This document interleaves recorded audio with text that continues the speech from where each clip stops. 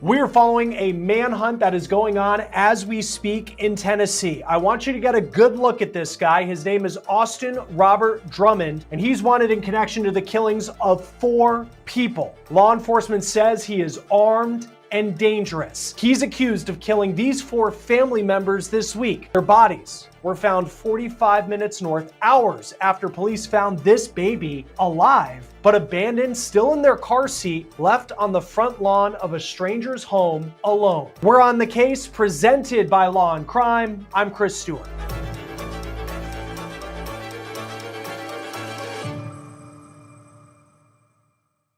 We are following a developing story right now in Western Tennessee related to a mystery that has been unfolding in that state this week.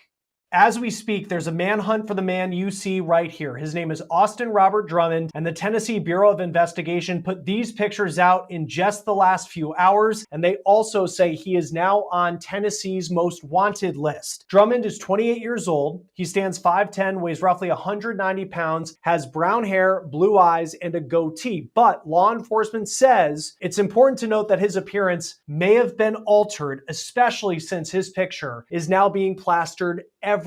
Here's a picture of the vehicle that investigators say he may be driving. This is a 2016 white Audi. It has Tennessee plates with the number RI01896. Drummond does claim to be from Rhode Island, but these, according to law enforcement, are plates from Tennessee. He also now hails from Jackson, Tennessee, according to his Facebook page, which is an hour away from where this baby was found. And I'll get more into that in just a moment. He is considered armed and dangerous. Investigators say they have warrants charging him with 4 counts of first-degree murder, 1 count of aggravated kidnapping, 4 counts of possession of a firearm, and 1 count of possession of a firearm during the commission of a dangerous felony. And we're learning more about his connection, potentially to the victims. I'll tell you that in just a moment, but here's what he is accused of doing. On Tuesday in Dyer County, Tennessee, which is about an hour and a half from Memphis, police found this 7-month-old baby in the front yard of a stranger's house. Now, because of the rules of YouTube, we have to blur the baby's face because she's been found alive. And that is good news in what is a very tragic and disturbing story. Dyers County Sheriff's deputies say a dark-colored minivan or a white mid-sized SUV was reported to have dropped the infant off still in their car seat in the front yard of the house. This was around 3 o'clock in the afternoon.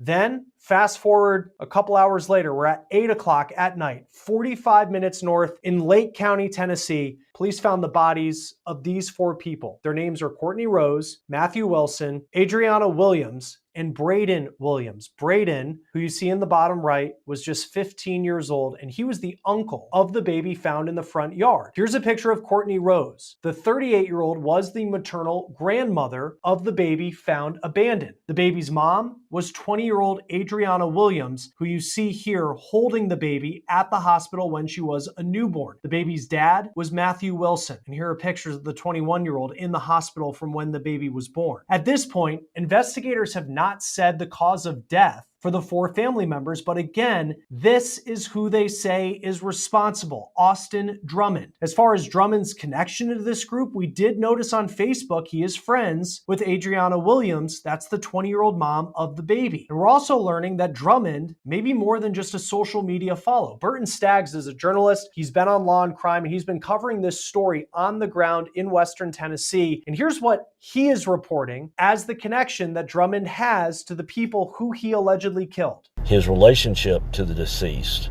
is that he is the significant other, former significant other of the grandmother who is deceased in this case, sister. So it appears that Drummond was known to this family in some capacity. Drummond, according to police, is a felon. Now, we found this document on Tennessee's court's website that says that Drummond was convicted of aggravated battery for a robbery at a convenience store, and he was sentenced to 10 years in prison. This was back in 2014. The document states that the robbery happened in 2013. Drummond entered the convenience store in Madison County, Tennessee, walked behind the counter and pointed a pistol at the clerk and said, quote, "Open the drawer. I'm not expletive playing with you. Open the drawer." Now, the clerk testified that she, understandably so, was afraid for her life. Drummond got away that night, taking all the cash out of the register, but get this, he got away with only $44. That's it. He was sentenced to 10 years in prison. So if he served the full length of that sentence, he would have gotten out of prison just last year. Before we get back to this episode of On the Case, I need to take a moment and talk to you about our partners at Morgan & Morgan. This is America's largest injury law firm. They have more than 1,000 attorneys and they win a lot.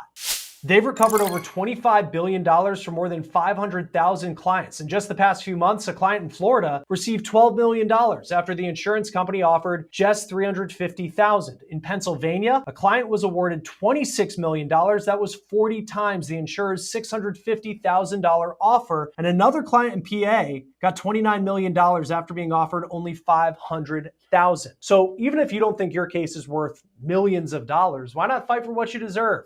Morgan & Morgan makes it so easy to file a claim. You could do it with just 8 easy clicks on your phone. So if you've been injured, you need to start a claim, go to www.forthepeople.com/OTC. Also, you can scan this QR code on your screen or click the link below.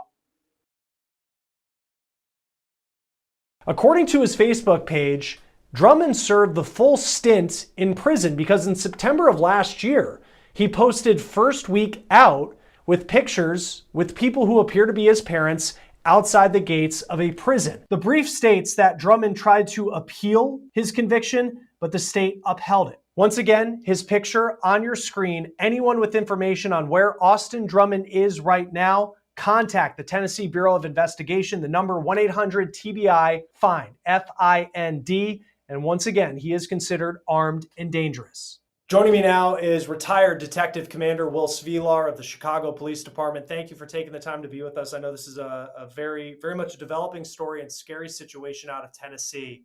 Austin Drummond is the suspect who they're looking for. He's armed and dangerous. How do you catch him? You catch him by using every possible resource you have, be it social media, your web page, network news, billboards on the side of the expressway, like we do Amber Alerts, the alerts over your cell phones when you hit severe weather alerts or an Amber Alert will come over your phone, your cell phone carriers, any bit of information and technology you have, you get it out there. And looking at his background, he served 10 years in prison, got out September of 2024. That was related to an aggravated robbery. He held up a convenience store in Madison County, Tennessee. Now he is accused and going to be charged based on the warrants that we know with 4 counts of first-degree murder. How does that factor into this search? Oh, it's huge. You're talking about a guy that's been in for 10 years. He's already done a dime, so he knows what prison's like. Probably doesn't want to go back, and he's killed 4 people. And that's also part of the reason why he doesn't want to go back, because he doesn't want any witnesses. He doesn't want anybody to tell him to say he did it. So he kills 4 people. He spares the baby because the baby can't identify him, and he may have a shred of decency. I can't say decency. He may have a shred of conscience that lets him let the baby live. But you got to get that information out to the public and to law enforcement that he is armed and dangerous. He has done this, and he's been in prison already. So you have to get that information out there as fast as you can and as widely spread as you can. Because for those who follow true crime this week, or if you follow the news because it's just been headline news everywhere, you have the case out of Arkansas of the suspect who murdered the parents who were just on a hike with their 2 daughters, Devil's Den State Park. But in that case, that investigation, and of course he's just accused, but in that investigation, they kept a lot of things, the Arkansas State Police, close to the chest. They were openly telling people, if you think you have evidence, don't share it on social media. Last night in the news conference, they were very open with saying that they did not want to have this suspect think that they were onto him. In this case out of Tennessee, they are putting his face right out there. We know the car, this 2016 white Audi, his license plate. We're learning a lot about his background to an extent. What do you make of the decision to take that route in this search? There's two train of thoughts on this. When you don't know who you're looking for, who they are that you're looking for, or even if you know who you're looking for, but you don't have the information to get a warrant, you don't have enough probable cause to get a warrant and to actually seek this person out by name. In cases like that, sometimes you don't want to give too much information. You don't want to say everything you know. And this is, again, not trying to keep anything from the public, because public safety is obviously the main thing that we're worried about here.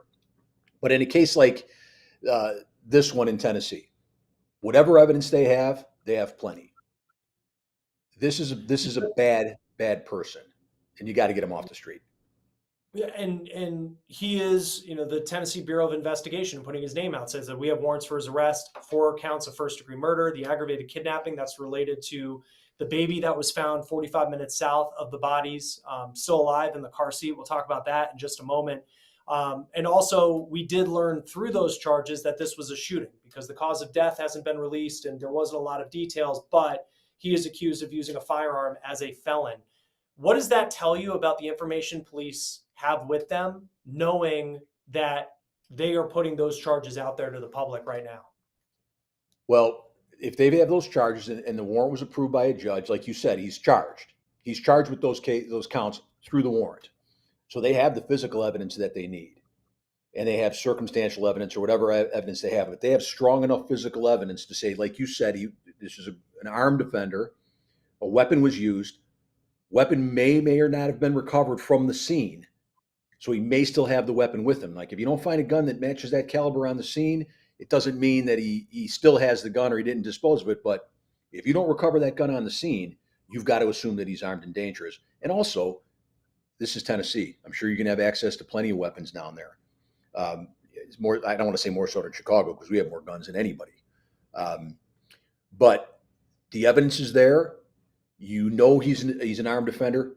You get that information out. These murders happened based on the timeline we know from authorities. This baby was found around 3 o'clock in the afternoon, then 45 minutes north, 8 o'clock at night. This was on Tuesday. These 4 bodies were found. If he's been on the run for that long and he's been driving, and who knows how soon law enforcement got an idea that the Audi was what they were looking for, that he was the person that they were looking for. He could be anywhere. He could be in Chicago, could be in Atlanta. How do you, as law enforcement, not just in Tennessee, but keep your eyes open for this story and knowing that it's happening, even if you're not in the state that's running the investigation?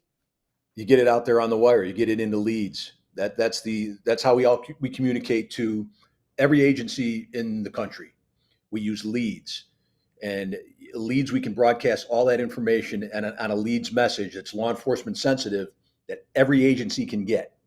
So to spread it out into law enforcement, you put it in the leads. Somebody even a small agency with 2 people, they read this, they get it out to their people. Hey, if you see this, this is what he did. Be ready. Be careful. So they have a guarantee it's in leads. Because it's well past, at this point, I believe, right? We're past 48 hours on this, coming up on it at least. If he's been, where could he be? If you're kind of thinking in your mind of like where we would need to look, if you're on this case, with that amount of time of a head start in some ways, where could he be? Well, he could be anywhere. Like you said, in 48 hours, you can get from one coast to the next if you drive straight through. He could be in Florida. He could be in North Dakota. He could be in California. What would be interesting to know is, can they track him? Is there something in that Audi, depending on the year, you can track the location of a vehicle based on the computer in the car, based on the car too. I'm not sure if this 16 Audi has that, but we've used it in the past where it's basically a black box inside of a car where we've tracked movements of a vehicle. Can they do that? Does he have a cell phone? Can we triangulate his cell phone? Can we ping towers to see which direction he's moving? Could we have done that initially? Can we see on any cameras, red light cameras or anything like that, a direction of flight? What's the direction that he moves from the murder scene to where we find the baby?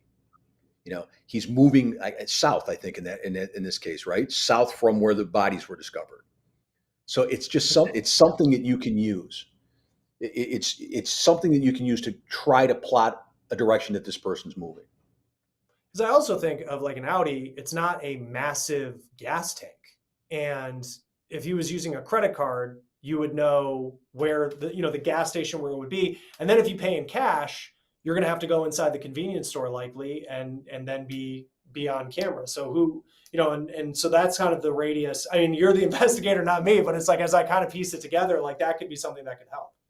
Excellent points. And I don't know of any gas stations, maybe somewhere in really rural areas, but I don't know of many gas stations that don't have a camera on the cashier. Right. Or in the parking lot of the gas station, no matter where you are. So you're right. The car doesn't run on water. So, and you don't know did he take money from the people? Did he take one of their credit cards? Can we track him through the use of one of the deceased credit cards? These are all things that I guarantee you these investigators are looking into. This story, when I first read it, it was just a lot. I mean, you had to read through the article a couple of times because there was just so many moving parts. And this was before we learned about Austin Drummond, the suspect who is, I keep checking my phone. He's still on the run right now. But, it starts with the baby in the front yard of the house. And then these 4 bodies are found later that day. I know before we were talking a little bit about the car seat aspect to this story too. What does that tell you if you were an investigator, that car seat part of it, how that could factor into figuring out what took place? Well, I'd have to know what kind of car seat it was. Like you and I, we have children. Well, you know how hard it is to put a car seat in a car. You put your knee in there, you got to get the seat belt in there and all that stuff. But they also have those ones that the base is in the car and you just snap the carrier in and then you can take the baby with you. He's not putting a car seat in a car he's fleeing in unless the car's already got it. Again, I don't know whose car this is. I don't know who it registers to. And we also don't know, maybe these people show up in this car while he's doing the other thing. We don't know who was killed first. But I don't think he's going to take his time to put a baby in a car seat. And who knows? The baby could have been sitting in a carrier all the time. Because when my babies were small, we would take the car. If the baby was sleeping, the baby stayed in that car seat in that carrier until the baby woke up. You don't wake them up unless you have to. So maybe he picks it up and puts it in the Audi without being in a base. Picks the baby up, puts it in the Audi, drives away. Or maybe the Audi is how the baby got there. So these are all things that they know. The Tennessee people know these things. And I guarantee you they're using them. What are the conversations like internally before you go to the public with information? Like, is there a debate inside the room about, hey, I think that we need to put his face out there, and then you'll have people in there saying like, I don't think it's going to cause widespread panic if we do that. What are those conversations like when you're deciding about what information you want in the public and what information you want to keep close to the vest? Do the ends justify the means? In other words, do we risk? In the case in this Tennessee thing, it sounds like they have this guy dead bang. You have to get that information out because if he killed 4, he's going to kill more. It's not like you're worried about him fleeing. He already is fleeing because the information we got is only a couple hours old with his name and all that stuff, right? So now we've got since Tuesday until a couple hours ago, he makes a lot of distance in that time, or maybe he doesn't. Maybe he's still just really close by. But you wait, you sit in those rooms and you talk to the investigators and you talk to the prosecutors and you say, hey, will it help us to get his name out? Or will it hurt us to get his name out? Especially if you know it. But when the warrants are in place, at that point, you put the information out. And I mean, we've just been talking about how dangerous this suspect is because of the fact that, if and when he is arrested or whenever this chase comes to an end, like he is not going to be living as a free person if he's guilty of what he's accused of doing. I think there's a police officer in some community somewhere that may get an alert, and it might just be a regular patrolman who's, not, with the TBI and has been on this case, and they get the call, like, here's the Audi. What is that moment like to be that police officer and how dangerous the person is who you need to go arrest? Well, in situations like that, your training will kick in. I mean, your adrenaline, you get super high and your adrenaline, and I don't want to say high, that's a crazy word, but you get almost razor sharp on your adrenaline. And when your adrenaline kicks in, it goes back to training. So we're all trained on felony vehicle stops. The problem with that is what if you're by yourself? Do you try to take this person by yourself? That's up to the individual. It's not advisable. You always want to have somebody with you. But again, it's important that these officers have this information because You could be a deputy sheriff, a constable, a police officer, anybody out there every single day. We encounter cars that go through stop signs, red lights, or whatever. Do we know why that person went through a red light? When we approach that vehicle, do we know whether or not this person killed 4 people 4 counties over, or they just simply committed a traffic violation? So you have to prepare yourself individually every single stop you make, every call you go on, every situation. You have to be prepared that it's going to go south. And that's not easy to do all the time. I think of, taking 4 lives, which is what he's accused of doing with a gun. There's still so much we don't know, but I think about, the final moments there and what happened. How do you piece together the narrative of how these murders happened, allegedly by this suspect who's on the run? It's a big puzzle, Chris. You have all these pieces that you have to put together. In this particular case, our priority is getting this guy off the street. The rest of that stuff will keep. As long as you preserve your crime scene, you collect your evidence properly, you conduct your interviews properly, that can keep. That can keep till time of trial when you have to tender discovery to the defense. It takes a long time to get all that stuff together so it's ready for a good trial. In this case, we want this guy first. We'll put the case together using forensics and our interviews and our investigative techniques as we prepare for trial.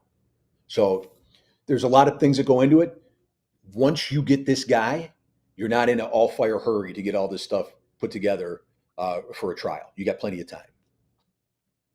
All right, Will Svilar, it's always great to have you on Law and Crime, retired detective commander with the Chicago Police Department. We'll see how this manhunt plays out. A very scary situation in Tennessee. Thanks for being with us. Thanks for having me. We'll continue to follow this story as it develops. For On the Case, presented by Law and Crime, I'm Chris Stewart. Subscribe to us on YouTube and Spotify. We'll see you next time.